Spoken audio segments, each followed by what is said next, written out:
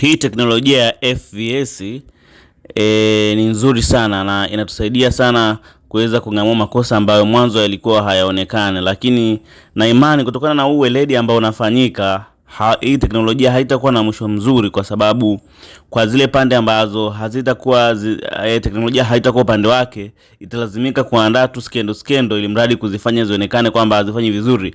Lakini kiukweli kuna makosa ambayo yalikuwa yanafanyika hasa katika hizo timu kubwa, leo hii tunaona hadharani. Hakuwahi kutokea timu ikapata red card 3 mfululizo katika mechi za mwanzoni kabisa za ligi. Hiki kitokea kutokea, na maana kinatokea kwa sababu gani? Ni ile makosa ambayo yalikuwa yanajificha, leo hii yanakwenda kuonekana hadharani. Hivyo basi kuna siku watakuja kuona red card zitazidi, zitakuwa nyingi, lawama zitapelekwa kwa hii teknolojia badala zipelekwe kwa wahusika ambao wanasababisha hizo red card.